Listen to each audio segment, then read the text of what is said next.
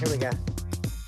We are back on the Lynne Hayes Freeland Show. We're looking at the issue of how moms are dealing with this pandemic. But I don't want to ignore the fact that there are other people in your lives as well. So we'll come back to that in just a second. But I want to take a look at, and Medina, you were talking about expectations.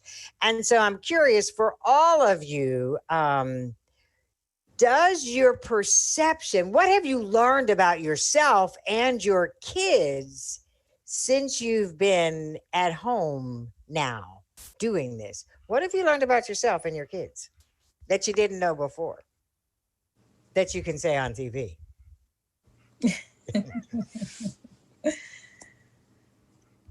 I think overall, I'm just learning every day more and more how much agency my kids are capable of taking in their own life. Even today, we've been having a strong focus on entrepreneurship this school year. My husband's teaching them the stock market. We're reading a book about entrepreneurship during the Jim Crow era. And just today, we were learning about problems and solutions. And they were like, well, we have a problem. We need $32. And I was like, well, find a solution for $32. I'm not giving it to you. So they've been outside all day selling these cookies to the neighbors.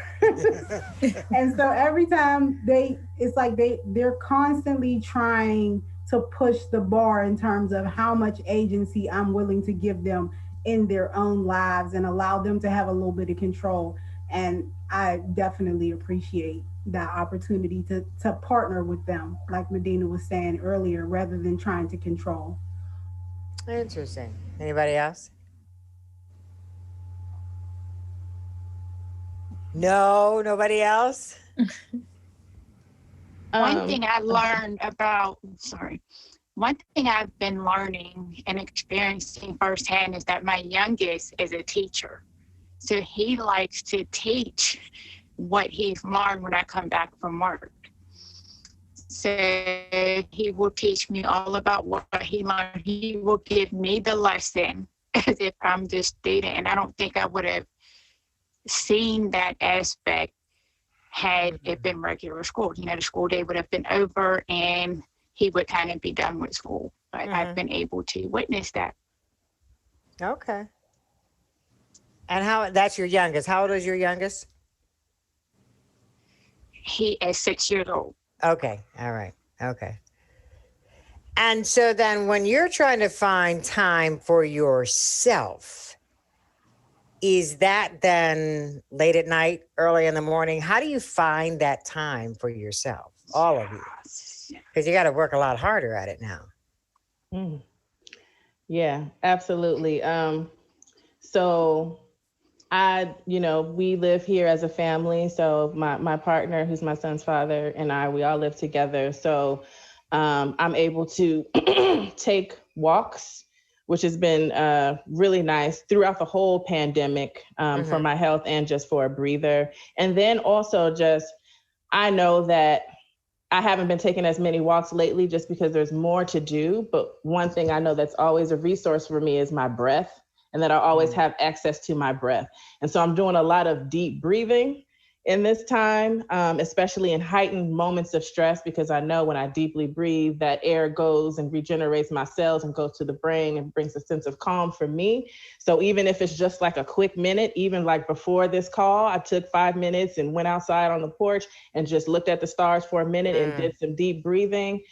So I just take the moments whenever I can find them. And when I notice that I'm really stressed out, because virtual learning doesn't always bring out the best in me while juggling all these other things, I just remember my breath and I look at my son and just try to connect with him in those moments and bring myself back down through my breath. And I think it's also, Erica, did you have something to say? Go ahead, I'll finish.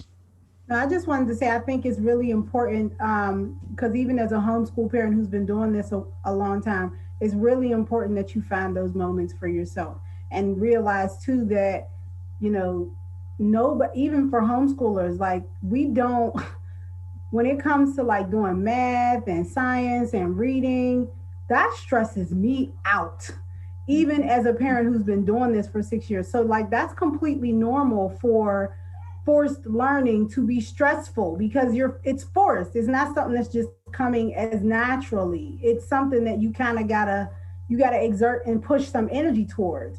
So I think it is normal, and parents should realize that it is very normal.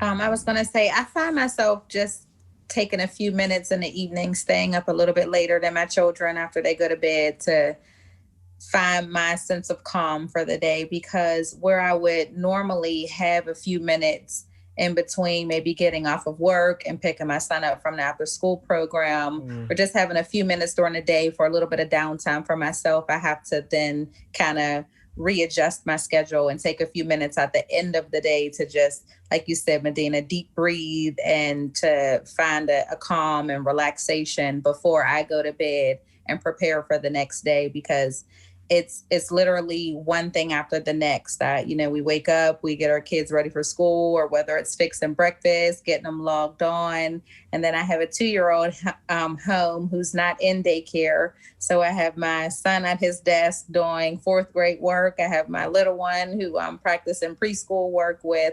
And it's just literally nonstop from the moment he logs on, or we wake up, I should say, in the morning, to him finishing school. Just one task after the next, kind of running back and forth from helping him.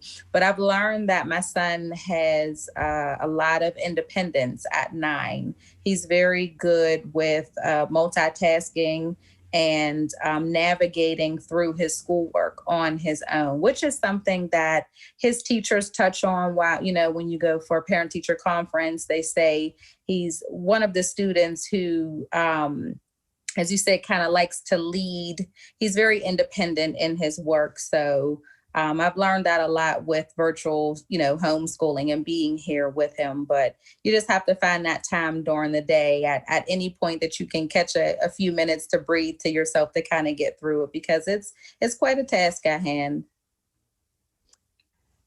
We're going to take a break. I want to ask you about this whole idea of learning pods, which some other communities are doing with their kids. I want to get your take on that and so much more when the Lynne Hayes Freeland Show continues, so don't go away.